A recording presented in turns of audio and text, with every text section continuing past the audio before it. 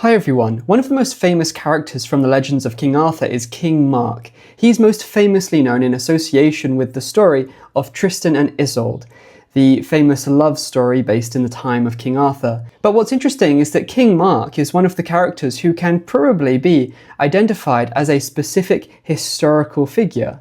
So let's take a look at the evidence for this identification. Let's see what the evidence is that King Mark really was a real historical person. So one of the most significant records regarding this issue is a record called the Life of St. Paul of Leon. This is a hagiography, or in other words, a religious biography written in the 9th century, about the year 884. So this tells us about the activities of a saint or religious figure of the time called Paul Aurelian, or Paul of Leon. So according to this account, he started off in Wales, then he moved to Cornwall, and then eventually he preached in Brittany. So at some point during his travels, likely in Cornwall, maybe in Wales, but probably in Cornwall, he's said to have encountered a king called King Mark. So because this record comes from the 9th century, this is a relatively early record. We don't have many records from the 6th century, and lots of these hagiographies date to well after the 9th century. So this is one of the earliest hagiographies that we have, one of the earliest records of any type that we have about 6th century Britain. So this is considered to be a valuable record, and on this basis, many scholars accept that King Mark was a real person, because here's a reference to a king called Mark in Cornwall probably, just like how the Arthurian legends speak of a king called Mark in Cornwall. Now, we could just end our investigation there. We could be satisfied with that, and we could just say, okay, so on the basis of this 9th century record, it would appear that King Mark was a real person. However, we can go further than that, because there are much earlier references to a king called Conomore. In fact, there's one contemporary document that refers to him. The writings of Gregory of Tours, a 6th century Frankish historian. He describes this king called Conomore, a king of Brittany, and there's good reason to believe that King Mark was actually the same as this King Conomore. So what's the evidence for that? Because if the evidence for that is convincing, then that means that there's contemporary evidence that King Mark was a real person, so we can be absolutely sure about his historicity. Because think about it, the historicity of Conomore is not open to question. He's universally recognized as a historical figure. So if we can identify Mark with Conomore, then that would in turn mean that Mark's historicity is firmly established.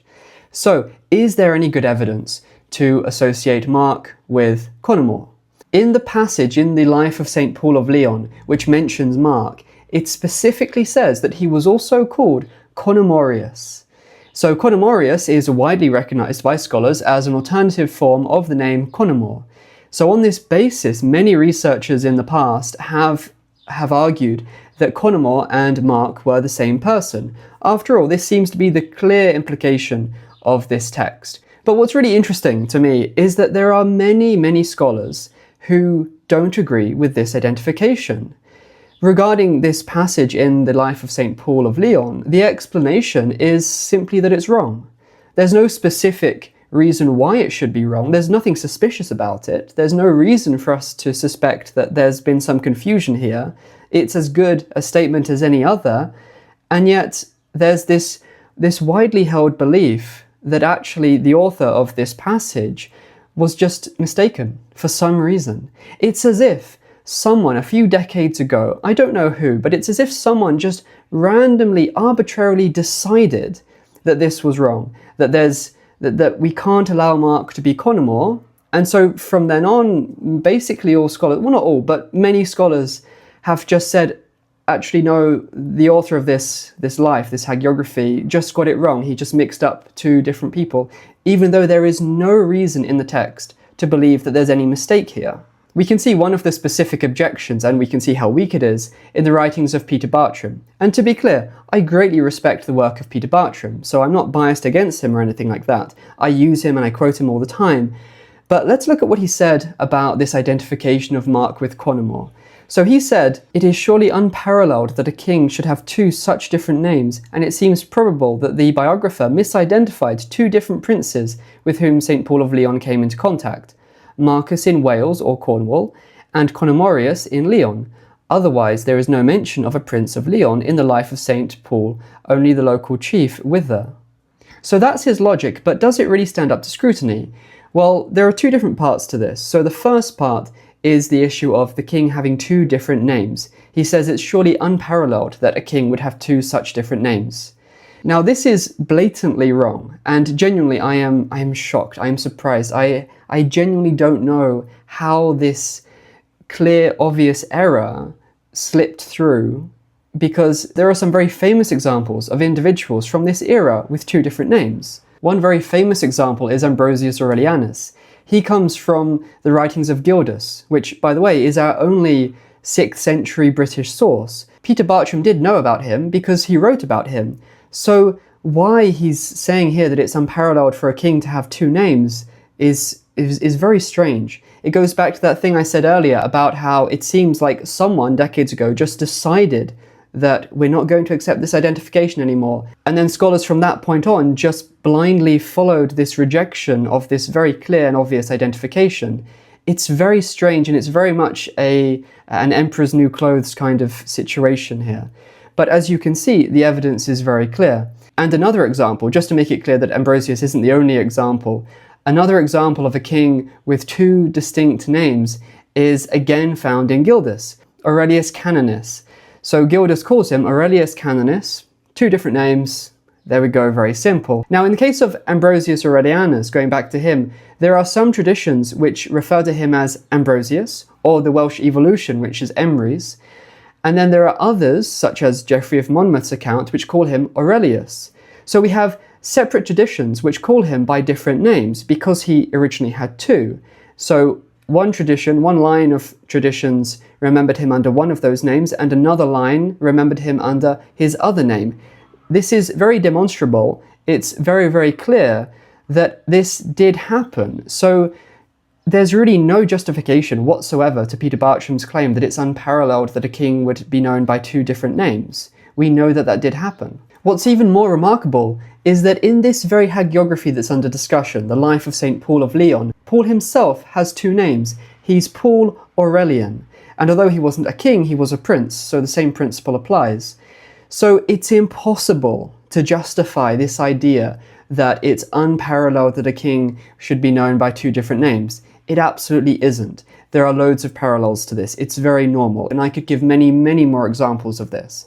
But let's move on to the next point. So this is the objection that if Mark is the same as Conomore, and he was a ruler in Cornwall, then that means that the life doesn't mention any ruler of Leon in Brittany, which is where Paul travels to. That's where some of the action is set.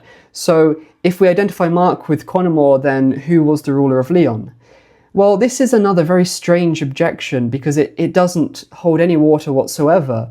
Because obviously, if Mark is being identified with Conomore, we know historically that Conomore was a ruler in Brittany. So the claim isn't that he wasn't a ruler in Brittany, but actually he was based in Cornwall. The claim is merely that as well as being a ruler of Brittany, he also had land in Cornwall. That's the claim being made. No one's saying here that he wasn't also the ruler of Leon. So again, this is a very bizarre objection which just conveys this feeling of having been made up to try to justify, in any way possible, not identifying Mark with Conomore. But if we look at the life, then it's clear that he's supposed to be a ruler who didn't just rule in one area. The text itself calls him a powerful monarch under whose rule lived people of 4 different languages. So that doesn't make any sense if the life is trying to convey the idea that he just ruled in Cornwall. That's clearly not what it's saying. It's clearly presenting this idea of a ruler whose territory expanded over more than just one area.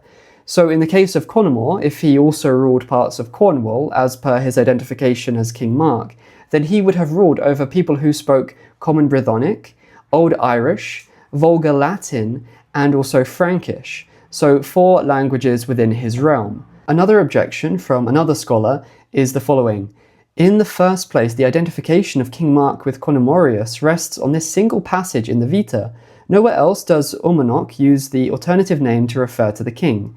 Since Urmanok knew the Vita of St. Samson and elsewhere drew upon it, he might easily have borrowed Conomorius from the same source as an appropriate name for one who had offended St. Paul Aurelian.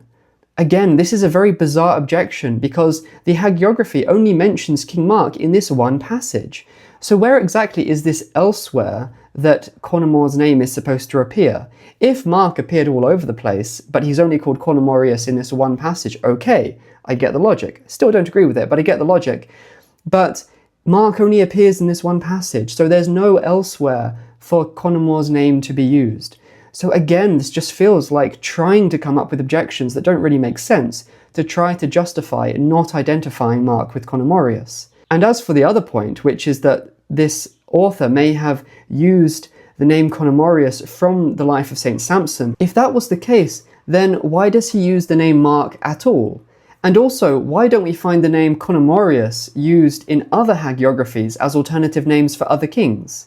It's only here in the context of Mark where this appears. So this idea that this biographer may have used the name Conomorius from the life of Saint Samson and applied it as an alternative name for this other king is just a completely random, arbitrary idea. It's complete speculation with no actual basis to it whatsoever, and again, just feels like an objection that's been invented to try to justify not identifying these two people. It's worth noting that another piece of evidence for this identification is the fact that there's a 6th century inscribed stone found in Cornwall, which records a figure called Dristanus, son of Conomorus.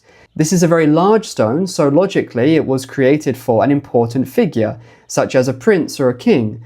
So the fact that this dates to the 6th century, it was found in Cornwall, it names Conomorius, this appears to be a reference to Conomorus, since there's no other independent attestation to a king with that name in that area at that time.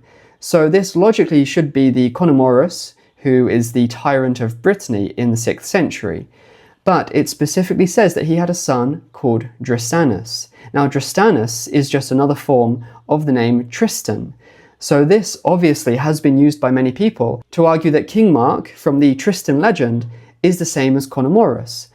Now it's true that in the legend, King Mark isn't the father of Tristan, he's actually his uncle.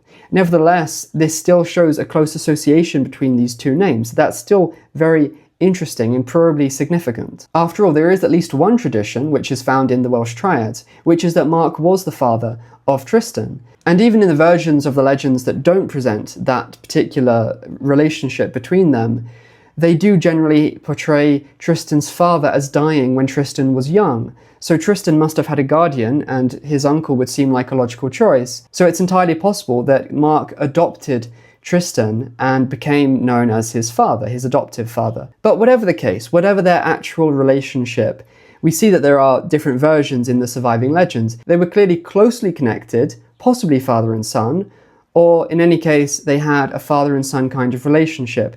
So the fact that there's this stone which specifically refers to a Dristanus or Tristan, son of Conomorius, is surely very significant and definitely does support the identification of Mark with Conomorius.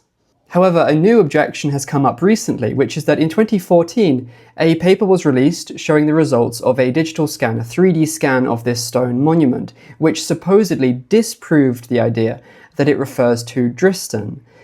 The idea is that the initial letter, which was previously interpreted as a backwards D, is actually a CI or possibly CL next to each other, and it isn't a backwards D at all. The idea is that this 3D scan showed that the curved part and the vertical line are two separate letters. They're not connected. That's what was claimed in the paper. However, when we actually look at the results ourselves with our own eyes, we look at the image that was presented here, we find that actually that's not what was found. Actually, this 3D scan shows that this curved part and the vertical part are in fact connected. So again, it's very, very strange, all this talk around this stone, around Mark being Conomore, not being Conomore. It's all very strange because it seems like what people say about it and the reality are separated by this enormous chasm for some reason. I don't know why, but it's all very strange. But anyway, so this objection doesn't really stand up to scrutiny. The 3D scan does not show that Dristan isn't the correct reading. On the contrary, the 3D scan supports the reading of Dristan. It supports the idea that this initial letter is in fact a backwards D. So the name is Dristan, as another form of Tristan. There is, however, another corpus of evidence that we could use to support the identification of Mark with Conomore, and this is something which I haven't seen anyone else mention, although I mentioned it for the first time, I think back in 2017, something like that. But I haven't seen anyone else mention this, but I think it's very significant. So, in the Legends of Tristan, according to one version, his father was a certain Rhiwallon. Now, he's presented as the king of Brittany. Now, in other versions, which come soon after, his father, as in Tristan's father, is called Meliadus. So this is interesting because we have these two figures who obviously don't have similar names. So why do some versions call him Rhiwallon, but other versions call him Meliadus? There doesn't seem to be any inherent connection there, or any inherent explanation for the difference. However, when we look to non-Arthurian records, not contemporary records, unfortunately, but nevertheless non-Arthurian records, so legendary in their own right, but disconnected from the Legends of Tristan, we find that there are records of these two brothers who were princes of Brittany. One was called Meliavus, and the other one was called Rivold. And Rivold is probably the same as another figure recorded as a king of Brittany called Riwal. But in any case, we have Meliavus and his brother Rivold, almost certainly the historical figures behind the characters of Meliadus and Rhiwallon. And these identifications make sense, because if they were brothers, if the historical figures behind these two Arthurian characters were brothers, then it makes sense why they were able to be confused. Why in some versions of the Tristan legend, one of them is called the father of Tristan, whereas in other versions, the other one is called the father of Tristan. So it makes sense to identify them as these two probably historical brothers, princes of Brittany. And this identification is supported even further by the fact that in the Legends of Tristan, Meliadus is said to have had a son called Meliadus the Younger, whereas in these non-Arthurian records about this prince or king of Brittany called Meliavus, he has a son called Melor, which isn't exactly the same name, but it's very similar. So that matches the concept of Meliadus the Younger in the Legends of Tristan. But what does this have to do with the identification of Mark with Conomore? Well, the reason is that in a hagiography called The Life of Saint Melor, Melor in this case being the son of Meliavus, we find a statement that the aunt of Melor, as in the sister of Meliavus, was married to Conomore. Now, isn't that interesting? That means that Conomore would indeed have been the uncle of any of the sons of Meliavus and his brother Rivold. Now remember, Meliavus and Rivold appear to be the historical figures behind the two characters who variously appear as the father of Tristan in the legends. So if Tristan was the son of Meliavus, the historical Meliavus, or the son of the historical Rivold, whichever one, Conomore would indeed have been his uncle, since Conomore was married to their sister. So the fact that the legends present Mark as being the uncle of Tristan ties in perfectly with the fact that Conomore was indeed the uncle of the sons of these two brothers. Now, it's true that the exact relationship isn't exactly the same, because in the Legends of Tristan, Mark is said to be the brother of Tristan's mother, rather than the husband of Tristan's aunt. But we can't expect the exact relationship to be necessarily correct, because even within the Legends of Tristan, we don't find the exact same familial relationships portrayed all the time. So we know for sure that these legends don't perfectly preserve all the details. At most, only one version could, and there are various versions, so the majority are inaccurate. Possibly all of them are inaccurate in some ways or others. So the point is that although identifying Mark as Conomore doesn't perfectly fit the legends in terms of the familial relationships involved, it's extremely close. It's about as close as we could reasonably expect in terms of these later Arthurian legends written many centuries after the fact. We can't expect perfect accuracy, but from what we can reconstruct surrounding the likely father of Tristan and his relationship to Conomore, it is a very, very close match indeed. And this is an important point, one which I have never seen anyone else mention, but it's a very significant piece of evidence that does support the identification of Mark with Conomore. So if we accept this identification, and I believe the evidence is very, very good in support of it, then that would mean that King Mark was absolutely definitely a historical figure. Now, if you'd like to know, did the Sea Peoples cause the Bronze Age collapse, or were they just a symptom of it? Well, come back next time for my next video.